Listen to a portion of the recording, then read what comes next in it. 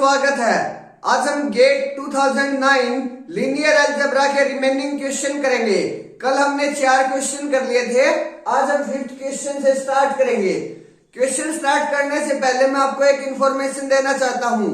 हम गेट 2021 के लिए 5 जनवरी 2021 से लीनियर अलजेब्रा की टेस्ट सीरीज स्टार्ट कर रहे हैं।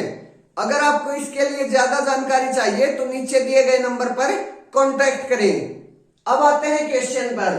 Late V be the column space of the matrix A this then the orthogonal projection of this on V is, these are the options।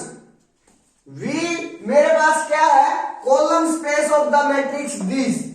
Column space क्या होता है? मेरे पास है जो सब स्पेस है कॉलम से जनरेटेड होता है। तो यहां मेरे पास जो ये 2 कॉलम है, ये दोनों के दोनों Li हैं। तो जो मेरा V होगा वो जनरेटेड बाय दीज कॉलम्स हो जाएगा। मींस उसकी जो बेसिस होगी ये दोनों के दोनों वेक्टर में ले सकता हूं। अगर मैं इनको V1 और V2 का नाम दे देता हूं, V1 क्या हो जाएगा मेरा 1 1 1 इसका ट्रांसपोज, और V2 क्या हो जाएगा मेरा -1 2 -1 इसका ट्रांसपोज। अब क्या कह रहा है? Then the orthogonal projection.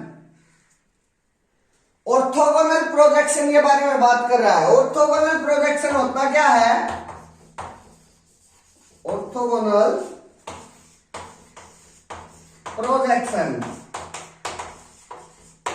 ये होता क्या है?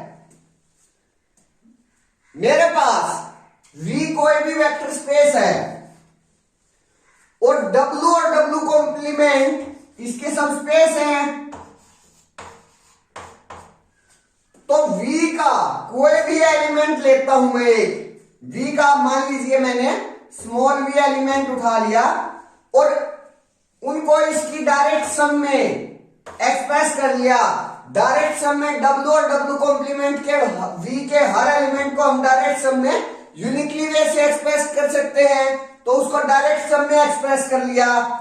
मींस मान लीजिए मैंने W1 प्लस W2 इस तरह से एक्सप्रेस कर लिया। जो W1 है वो W का एलिमेंट है और W2 है W कॉम्प्लीमेंट का एलिमेंट है। अब जो ऑर्थोगोनल प्रोजेक्शन है वो क्या है? जो W1 है ये ऑर्थोगोनल प्रोजेक्शन है। W1 is called orthogonal projection.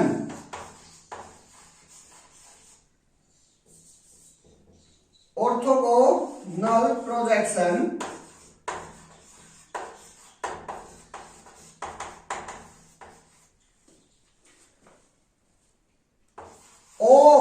किसकी? V की ऑन किस पर? W2 पर। तो हम W1 को ऑर्थोगोनल प्रोजेक्शन बोलेंगे। किसकी? V की बोलेंगे। किस पर? ऑन W2 पर। यह है ऑर्थोगोनल प्रोजेक्शन। इसको निकालने के लिए ऑर्थोगोनल प्रोजेक्शन को न्यूमेरिकल वे में निकालने के लिए एक फार्मूला होता है। वो फार्मूला का क्या होता है वो देखते हैं। अब फार्मूला क्या है मेरे पास?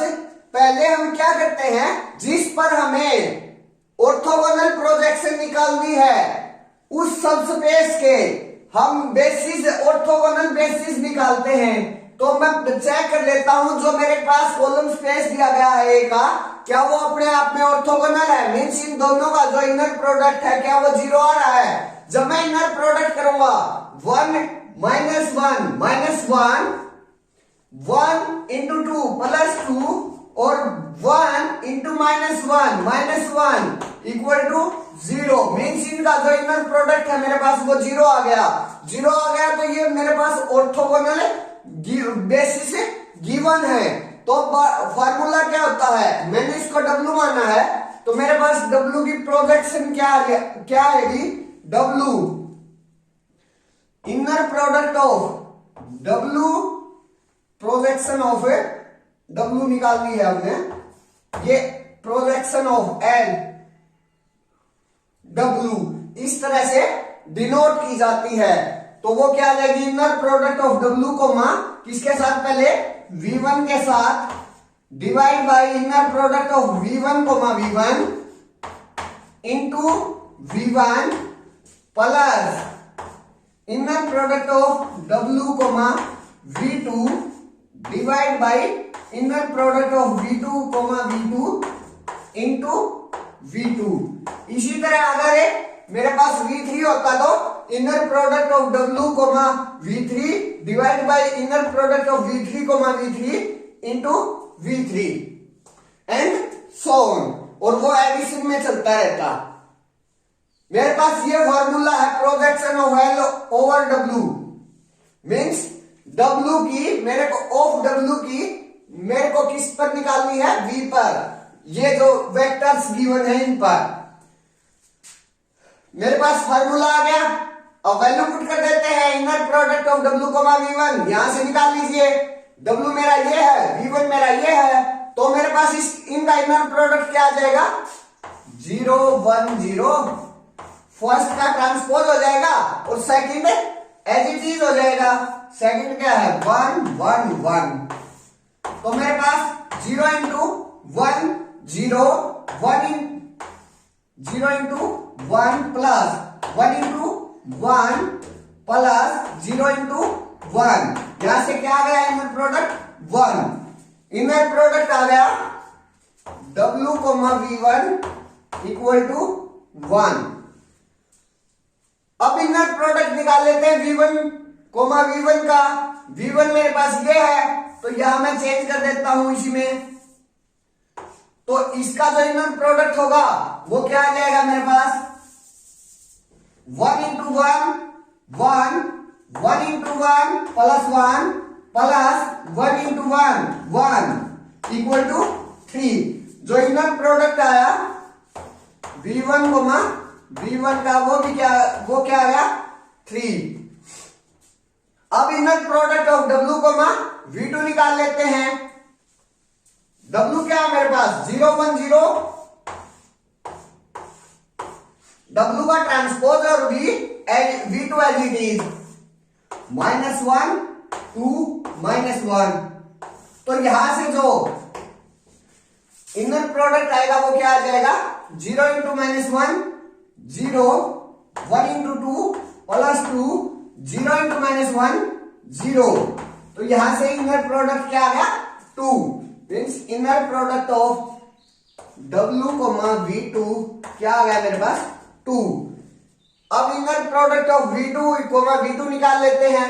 यही चेंज कर देता हूं मैं, -1 2 और -1।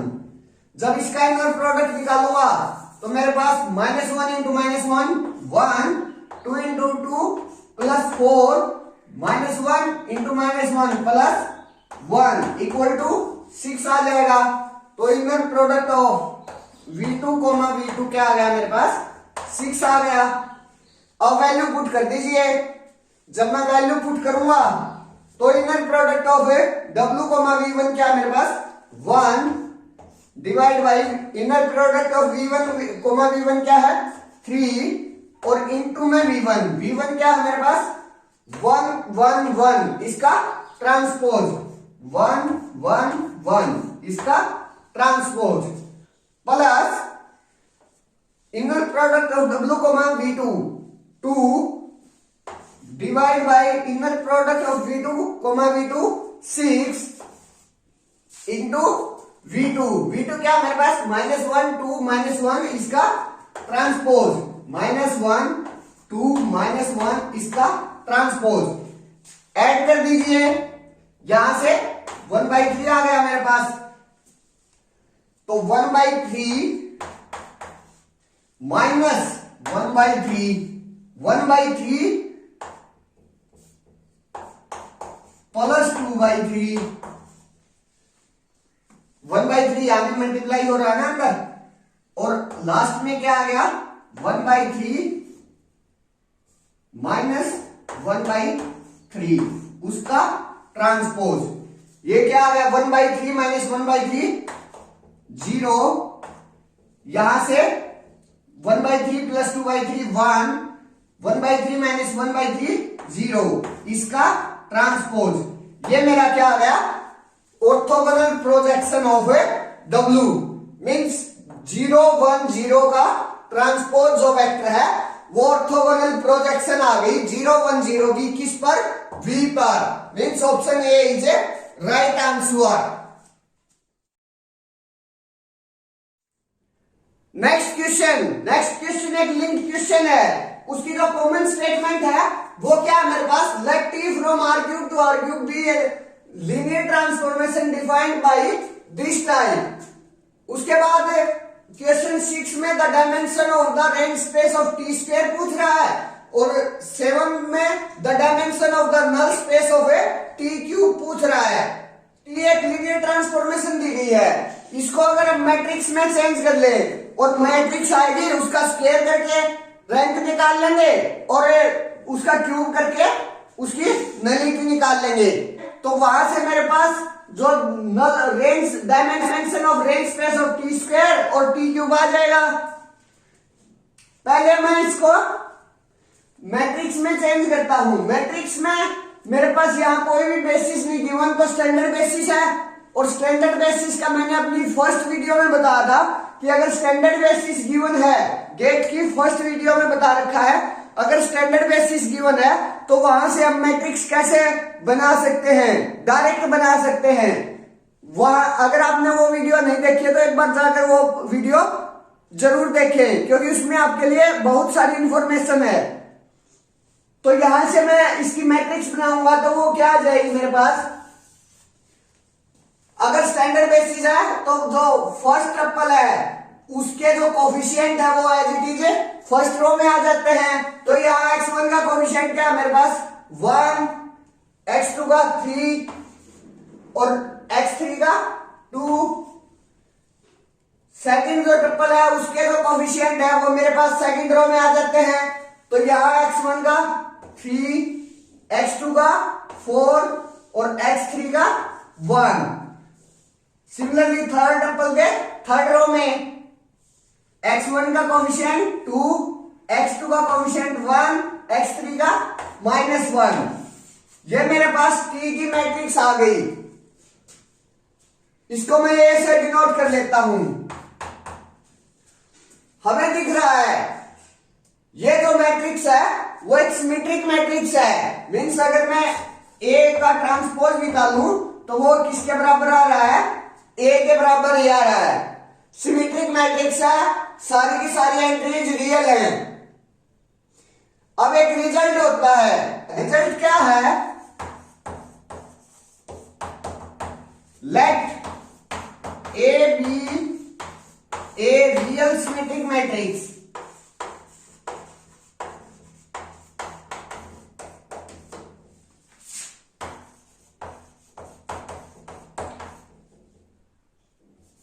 real symmetric matrix, then rank of a power of k equal to rank of a, जो k है वो बिलोंगिंग टू z है। अगर a कोई भी रियल सिमेट्रिक मैट्रिक्स है तो उसकी अगर हम कोई भी इंटीजर पावर करें तो जो वो मैट्रिक्स नहीं आएगी उसका जो रैंक है वो रैंक ऑफ ए के बराबर होता है। यहां से फिर मेरे पास क्या आ गया, तो उसकी जो नलिटी है वो भी nullity of A power of के किसके बराबर होगी, नलिटी ऑफ ए के बराबर होगी। ये रिजल्ट होता है। यहां मेरे पास टी स्क्वायर की और टी क्यूब की नलिटी या फिर रेंज स्पेस के बारे में बात कर रहा है। तो अगर मैं जो गिवन मैट्रिक्स है उसका रैंक निकाल लेता हूं और वही रैंक फिर मेरा ए स्क्वायर का हो जाएगा क्योंकि रियल सिमेट्रिक मैट्रिक्स है, और यहां फिर डायमेंशन ऑफ रेंज स्पेस आ रहा है, उसी के बराबर फिर क्या होता है, dimension of range space of T square, क्योंकि जो ए स्क्वायर आएगी वो मैट्रिक्स आ जाएगी किसकी, टी स्क्वायर दी। तो यहां से अब मैं ए का रैंक निकाल लेता हूं। रैंक ऑफ ए के लिए मैं पहले इसको आरएफ में कन्वर्ट करता हूं। ऑपरेशन लगाते हैं फर्स्ट। अगर मैं फर्स्ट ऑपरेशन लगाऊं R2 पर, यहां 0 लेके आना है मेरे को आरएफ में कन्वर्ट करने के लिए। R2 पर ऑपरेशन लगाया, R2 माइनस 3R1। R1 को 3 से मल्टीप्लाई करके इसमें से घटा देना, तो यहां मेरे पास 0 आ जाएगा। अब यहां भी 0 लेकर आना आरएफ के लिए, तो R3 पर ऑपरेशन लगाएंगे, R3 माइनस 2R1।